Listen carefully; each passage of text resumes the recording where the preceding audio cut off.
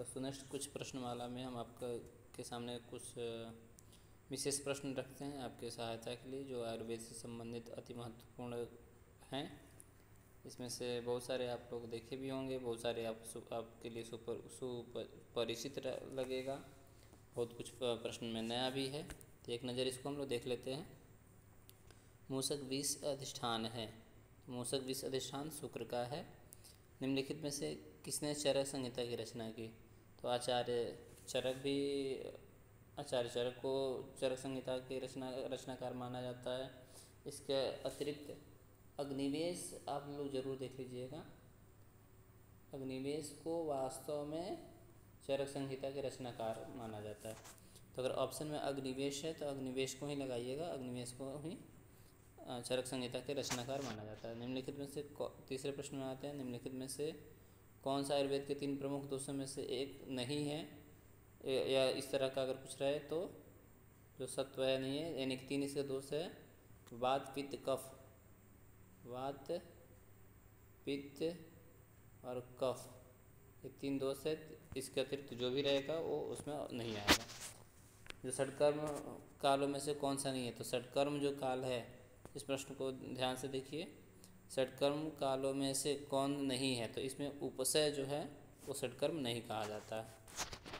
साधारण रस वर्ग से किसी औषधि शोधन के लिए मानक स्वर का प्रयोग किया जाता है, तो निम्न और लकुचा इत्यादि का प्रयोग किया जाता है। ये आपको प्रश्न लिखा हुआ है, पिछले हमारे एक वीडियो में आप लोग ये देख सकते हैं, आया हुआ था। आयुर्वेद में कितने अंग हैं? तो आयुर्वेद के प्रमुख 8 अंग हैं। ये भी प्रश्न आपके लिए आपका देखा हुआ है, आप पहले देख चुके होंगे। ये आते हैं नए प्रश्न में। काय चिकित्सा मुख्यतः किससे संबंधित है? ये प्रश्न भी पीछे आया हुआ है, लेकिन ये महत्वपूर्ण है। काय चिकित्सा मुख्यतः किससे संबंधित है? तो काय चिकित्सा आपके आंतरिक चिकित्सा से संबंधित है। इंटरनल मेडिसिन जो है वह काय चिकित्सा के अंतर्गत आती है, तो वह आपके लिए अति आवश्यक है। कषाय रस का पंचभौतिक संघटन है, तो भूमि और वायु ये इसमें आ जाते हैं। अब आते हैं नेक्स्ट प्रश्न में। त्रिकूट में कौन सा द्रव्य सम्मिलित नहीं है? तो त्रिकूट इत्यादि में एला लवंग इत्यादि सम्मिलित नहीं रहता है, कुछ है। जो पिछले वीडियो में भी इससे प्रश्न संबंधित आया हुआ था, उसको आप लोग देख सकते हैं। योनि भेद से द्रव्य के कितने प्रकार के? तो योनि भेद से द्रव्य के 3 प्रकार बताए गए हैं। महारस समूह से निम्नलिखित द्रव्य का प्रयोग रसायन के रूप में किया जाता है। तो शिलाजीत का भी किया जाता है, अभ्रक का भी किया जाता है, वैक्रांत का भी किया जाता है। ये सभी यानी कि ये शिलाजीत, अभ्रक, वैक्रांत और ये सभी।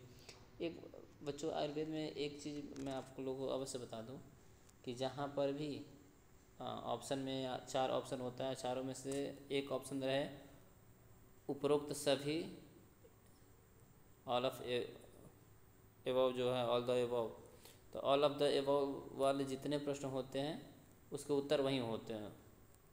उपरोक्त सभी का अगर कोई है तो उसमें उपरोक्त सभी वाला प्रायः आंसर सही होता है। तो जिस प्रश्न में भी देखें कि उसमें बहुत सारे ऑप्शन हैं और दिया हुआ है कि ए करके और बाकी लास्ट ऑप्शन है ये सभी, तो उसमें ये सभी वाला ही आप लगाइएगा, प्रायः वो सही ही रहते हैं। महारस समूह से निम्नलिखित द्रव्यों का प्रयोग रसायन के रूप में किया जाता है। तो महारस समूह में इसमें भी देखिए ऑल ऑफ द एबव आ गया है, यानी कि इसका उत्तर ऑल ऑफ द एबव होगा। निम्नलिखित में से कौन आयुर्वेद के अनुसार स्वास्थ्य प्रमुख घटक नहीं है? तो जो धन है वो प्रमुख घटक नहीं होता है, बाकी सभी प्रमुख घटक होते हैं। तो आयुर्वेद के अनुसार स्वास्थ्य से संबंधित प्रमुख घटक धन की नहीं होता है, बाकी मन, शरीर, ये सभी प्रमुख घटक होते हैं। धन प्रमुख घटक नहीं होता है। आयुर्वेद में स्वस्थ शब्द का अर्थ, तो आयुर्वेद में स्वस्थ शब्द क्या है? रोग मुक्ति, शरीर और मन में संतुलितता या अमर प्राणियों का अमर हो जाना, और नॉन ऑफ द एबव। तो इसमें शरीर और मन में संतुलित जो व्यक्ति होता है वही स्वस्थ रहता है।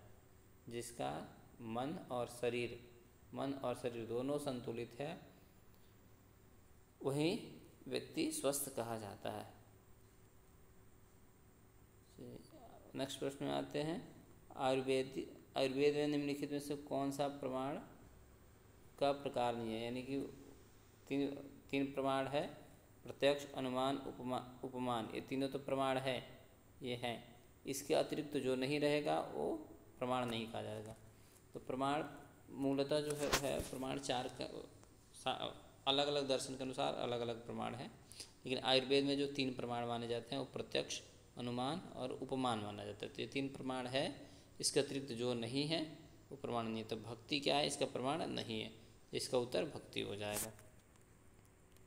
कब्ज विकार के उपचार के लिए शहद को क्वार्थ के साथ निम्नलिखित अनुपात में मिलाया जाता है। तो कितने अनुपात में मिलाया जाता है, तो 1/4 इसमें अनुपात में मिलाया जाता है। ये प्रश्न संभवतः आया हुआ है और हम लोग वीडियो में पीछे देख चुके हैं।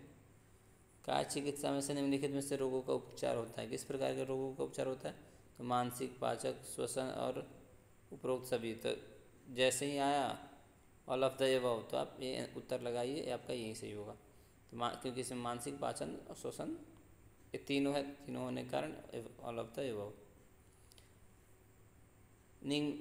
निम्न में से कौन सा एक दीपन औषधि, एक दीपन औषधि में से कौन सा है, तो जो पिप्पली होता है वो एक दीपन औषधि माना जाता है। ठीक है, तो इसमें से एक दीपन औषधि पिप्पली है। नेक्स्ट प्रश्न में आते हैं, व्याधि शब्द का क्या अर्थ है, तो व्याधि शब्द का अर्थ है रोग।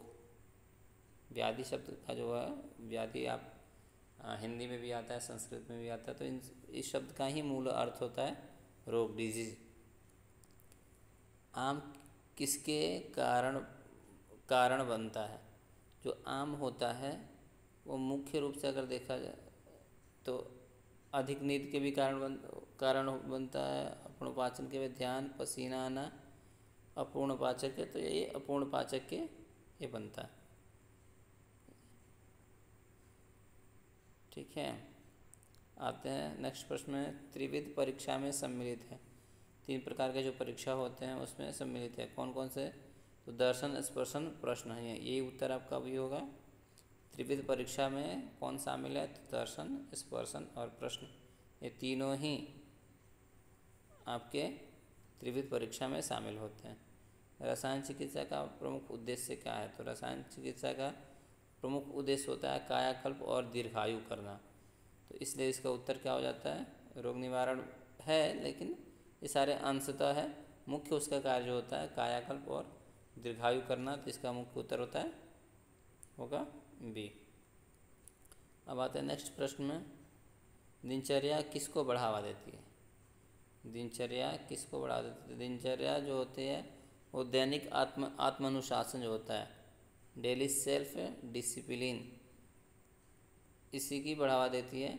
अनियमित दिनचर्या का बढ़ावा नहीं देता है, ऋतु अनुसार भोजन इत्यादि के भी ये अंशतः है, लेकिन ये दैनिक आत्म अनुशासन की बढ़ावा देने के कार्य, क्योंकि दिनचर्या से संबंधित है, दिनचर्या में ऋतु के अनुसार भोजन नहीं आता। चलिए नेक्स्ट प्रश्न में आते हैं, शोधन का क्या अर्थ है, शोधन, तो शोधन के लिए आप लोग होता है शोधन का अर्थ होता है ठीक करना, शुद्ध करना, तो इसका मुख्य उत्तर हो जाएगा शुद्धिकरण। तो शोधन का मुख्य अर्थ क्या है, शुद्धिकरण। हिंगुल शोधन के लिए भावना द्रव्य का प्रयोग किया जाता है, तो हिंगुल शोधन के लिए आद्रका का प्रयोग किया जाता है, जो अदरक होता है अदरक, उसका प्रयोग किया जाता है। इस प्रश्न को, ये 25 प्रश्नों की श्रृंखला थी, इसमें 25 प्रश्नों को हम लोग देखे हैं। बाकी अगले सीरीज में फिर से हम 25 प्रश्न लेकर के आपके समक्ष उपस्थित होते हैं यथाशीघ्र। तब तक के लिए बने रहिए।